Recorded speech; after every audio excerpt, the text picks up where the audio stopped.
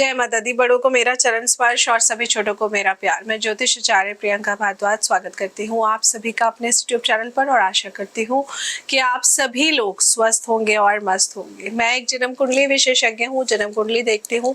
जन्म कुंडली देखकर आपके ग्रहों की स्थिति कैसी है वो आपको बताती हूँ। जीवन में अगर आप किसी भी प्रकार की समस्या से गुजर रहे हैं तो आप मुझसे अपना जन्म कुंडली विश्लेषण कराकर मेरे द्वारा बताए हुए उपायों को कर सकते हैं और उपायों को करने से आपको लाभ भी निश्चित जरूर मिलेगा। मुझे 23 साल का एक्सपीरियंस है और साथ ही में मैं एक सेलिब्रिटी एस्ट्रोलॉजर भी हूँ। मैंने काफ़ी सारे सेलिब्रिटीज़ और पॉलिटिशियंस के चार्ट भी देखकर उनकी लाइफ को बहुत बेहतर बनाया है। आइए वीडियो की शुरुआत करते हैं और जानते हैं कि मकर राशि वालों के लिए सितंबर का मंथ क्या खास लेकर आया है। मकर राशि वालों को सितंबर के मंथ में क्या क्या चीजें करनी है और क्या क्या चीजें नहीं करनी है। तो सबसे पहले ना मकर राशि के पारिवारिक जीवन की हम बात कर लेते हैं कि पारिवारिक जीवन में आपको किन बातों का ध्यान रखना है।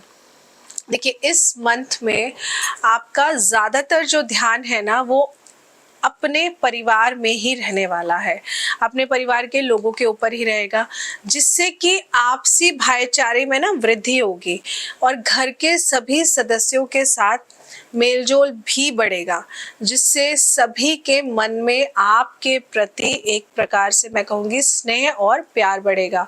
इस मंथ के मध्य में परिवार में कोई धार्मिक आयोजन भी होते हुए नजर आ रहा है, जिससे सभी सदस्यों का मन उसमें लगते हुए नजर आ रहा है। तो बहुत ही उत्तम समय है सभी के लिए। तो इस दौरान घर के किसी सदस्य के साथ आपका छोटी मोटी बात को लेके मतभेद भी हो सकता है, लेकिन वो भी जल्दी ही सुलझ जाएगा। तो आपको ज्यादा परेशान होने की जरूरत नहीं है। ऐसे में बड़ों की राय बहुत काम आती है, बड़ों की बात बहुत काम आती है और उनके मार्गदर्शन से ही आप आगे की राह में बेहतर कर पाते हैं। तो सलाह मशवरा लेते रहिए। तो ये सितंबर का मंथ आपके लिए बेहतर रहेगा। अपने अनुसार चीजों को मत करिए। जिन लोगों का व्यापार है या जो लोग नौकरी कर रहे हैं, तो जो लोग व्यापार कर रहे हैं, अगर आप व्यापार में किसी नए समझौते को करने जा रहे हैं या नया समझौता करना चाहते हैं तो इस मंथ के लिए आप उसको टाल दीजिए। किसी नए क्षेत्र में पैसा अगर आप इन्वेस्ट करने जा रहे हैं तो बचिए, क्योंकि ये मंथ आपके लिए इन्वेस्टमेंट के तौर पे शुभ नहीं है। ऐसे में कोई भी नया समझौता करना, किसी नए के साथ जुड़ के काम करना आपके लिए बहुत ही हानिकारक सिद्ध हो सकता है। आप लोग सिर्फ अपने काम को लेके सोच रहे हैं, रिश्ते भी इनफैक्ट काम को लेकर ही बनाएंगे, जो कि गलत है। ऐसा नहीं होना चाहिए।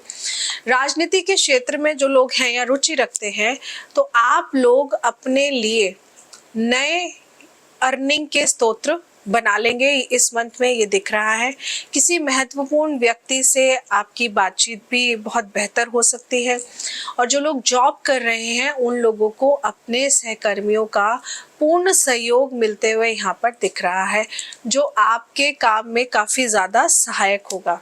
इनफैक्ट जो लोग सरकारी अधिकारी हैं या गवर्नमेंट जॉब करते हैं, अपने वरिष्ठ यानी कि अपने सीनियर लोगों से आपका अगर कोई भी पुराना मसला चल रहा था या कोई वैचारिक मतभेद चल रहा था, तो इस मंथ में वो सॉर्ट होते हुए दिख रहा है।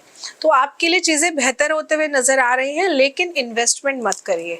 अब जो लोग शिक्षा के क्षेत्र में हैं या जिनको अपना करियर बनाना है, करियर चूज करना चाहते हैं, तो देखिए जो लोग स्टूडेंट्स हैं, जो बच्चे स्टूडेंट्स हैं, इस मंथ में आपको ज्यादा परिश्रम करने की आवश्यकता है, नहीं तो चीजें आपके लिए बिगड़ सकती हैं, परिणाम आपके स्वरूप नहीं आएगा। ऐसे में अपनी पढ़ाई पर आप लोग विशेष तौर पर ध्यान दीजिए। इधर उधर अपने मन को भटकाने से बचिए, किसी प्रकार के भ्रम में आने से बचिए। जो बच्चे कॉलेज में हैं, कॉलेज में पढ़ रहे हैं, आपको कहीं से न्यू अपॉर्चुनिटीज मिलने के रास्ते दिख रहे हैं, न्यू कोई ऑफर मिल सकती है, लेकिन ये जो समय है ना आपके लिए, ये अर्निंग का नहीं है। ये समय आपको अपनी एजुकेशन पे ध्यान देने का है, क्योंकि आप जीवन के उस पीक टाइम पे हैं कि अगर यहाँ आपने कुछ गलती कर दी तो पीछे का जो भी आपने किया है वो सब आपका खराब हो जाएगा। तो आप जो कर रहे हैं ना ऑलरेडी, आप पहले उसको पूरा करिए, ये बहुत ज़रूरी है। मतलब अपने मन पर आपको नियंत्रण बनाए रखने की बहुत ज़्यादा ज़रूरत है। आप जो लोग मेडिकल में हैं, मेडिकल के छात्र हैं, तो आप लोगों के लिए कुछ ऐसे अवसर मिलेंगे इस मंथ में जो भविष्य में आपके लिए बहुत ज़्यादा लाभदायक साबित होने वाले हैं। बहुत ज़्यादा आपको उनसे बेनिफिट होने वाला है। जो लोग बीए कर रहे हैं, बीकॉम में है या कर लिया है, तो उनके लिए भी मैं बोलूँगी आपके लिए ना ये जो समय है, मन आपका ना पढ़ाई में नहीं लगेगा, क्योंकि आपके पास अपॉर्चुनिटीज इतनी आएंगी कि आप इतना कंफ्यूज रहेंगे, आपको लगेगा मैं ये करूं या ये करूं। तो मैं आपको ये कहूंगी, कोई भी न्यू अपॉर्चुनिटी, अगर आप जॉब ढूंढ रहे हैं तो एक अलग बात है, लेकिन अगर आपने अपना बीकॉम पूरा नहीं किया है और आपको लग रहा है कि बीकॉम छोड़ दूं जॉब कर लूं, तो वो गलत है। पहले आप अपनी एजुकेशन को पूरा करिए, ये बहुत ज़्यादा ज़रूरी है। जो लोग प्रतियोगी परीक्षा के लिए पढ़ रहे हैं या प्रतियोगी परीक्षा की तैयारी कर रहे हैं, तो ऐसे विद्यार्थियों को स्वयं का कोई काम शुरू करने का विचार मन में आ सकता है। तो इसलिए देखिए, कोई भी निर्णय अगर आप लेते हैं तो अपनों से बड़ों के साथ आप विचार विमर्श करिए, तभी लीजिए। अपने मन के अनुसार काम मत करिएगा, नहीं तो चीज़ें आपके लिए बिगड़ सकती हैं। अब अगर मैं आपकी पर्सनल लाइफ की बात करूं, आपके प्रेम संबंध की बात करूं, तो सितंबर का मंथ आपके लिए क्या खास लेकर आया है। देखिए, अगर मैं आपकी लव लाइफ की बात करूं तो प्रेम जीवन के लिए ये मंथ आपके लिए मैं कहूँगी कि ठीक ठीक रहेगा। आपका अपने जीवन साथी के प्रति इन्फैक्चुएशन, लगाव और ज़्यादा बढ़ते हुए नज़र आ रहा है। आपका लाइफ पार्टनर आपके लिए कुछ नया करने का प्रयास करेगा। हो सकता है आपको कुछ अच्छा सा सरप्राइज़ भी मिल जाए जो आपको बहुत ज़्यादा खुश कर सकता है। इसके अलावा अगर पहले से ही कोई मनमुटाव भी आपके बीच में चल रहा है, तो इस मंथ में वो मनमुटाव आपका खत्म हो जाएगा। तो आपको परेशान होने की तो ज़रूरत ही नहीं है। और जिनका विवाह हो चुका है, उनके लिए अपने जीवन साथी के साथ यादगार पल बिताने का समय है। आप कहीं ट्रैवल पे जा सकते हैं, वेकेशंस पे जा सकते हैं। ये अनएक्सपेक्टेड रहेगा, बैठे बैठे प्लानिंग बन गई और चले गए, विच इज़ वेरी गुड। आपको मज़ा भी बहुत आएगा। और जो लोग विवाह की प्रतीक्षा कर रहे हैं, जिनका विवाह भी नहीं हुआ है, ऐसे लोगों को अपने लिए नया जीवन साथी मिलने की संभावनाएं इस मंथ में दिख रही हैं। तो समय आपके लिए बेहतर है। बस जो एक बात का ध्यान रखना है वो ये कि अपनी जुबान से कड़वे शब्दों का प्रयोग मत कर दीजिएगा, नहीं तो बना बनाया प्लान आपका चौपट हो जाएगा। अब बात कर लेते हैं हम आपकी हेल्थ की। हेल्थ को लेकर अगर मैं बोलूं, जो लोग बीपी के पेशेंट्स हैं या डायबिटीज़ के पेशेंट्स हैं, आप लोगों को अपना विशेष तौर पे ध्यान रखना है।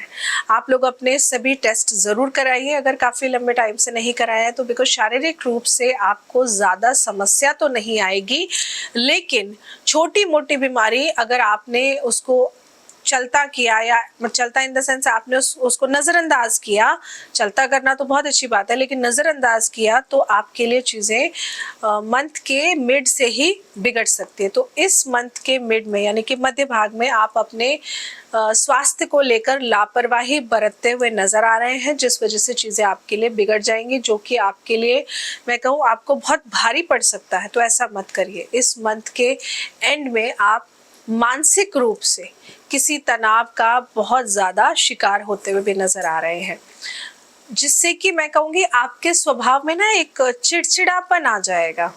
तो इसी कारण ना आपके मन में बेचैनी का भाव भी होते हुए दिख रहा है। तो मैंने आपको क्या बोला, सब चीज़ें अच्छी हैं, बेहतर है। मैं आपको टिप दूं मेरी तरफ से, तो आप ये समझिए कि अगर आपकी कहीं नौकरी नहीं लग रही है, आप ऐसे सोचिए, तो इस मंथ किसी अपने के द्वारा आपके लिए ऑफर आ जाएगा, मतलब चीज़ें बेहतर हो जाएंगी। लेकिन भविष्य की दृष्टि से ये आपके लिए इतना लाभदायक नहीं होगा जितना आपने सोचा था। तो ऐसे में अगर आप कोई भी निर्णय ले रहे हैं तो सोच समझ कर लीजिए। मतलब जॉब नहीं है तो आपको जॉब मिल रही है तो कर लीजिए, हो सकता है वो लॉन्ग टर्म बेनिफिट ना दे, लेकिन अगर ऑलरेडी जॉब है और आप जॉब चेंज करने का सोच रहे हैं तो इस मंथ में मत करिए। बस इन बातों का आपको ध्यान रखना है।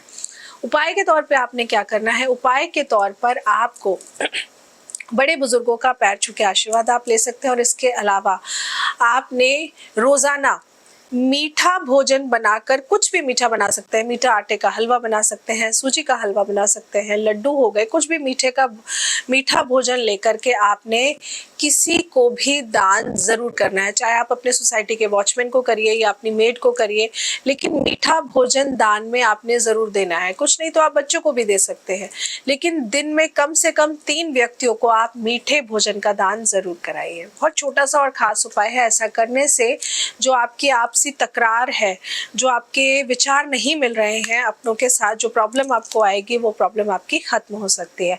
इसके अलावा कोई बहुत ज़्यादा सीरियस इशू है तो आप अपने जन्म कुंडली विश्लेषण मुझसे करा सकते हैं और मेरे द्वारा बताए हुए उपायों को कर अपनी लाइफ को बेहतर कर सकते हैं।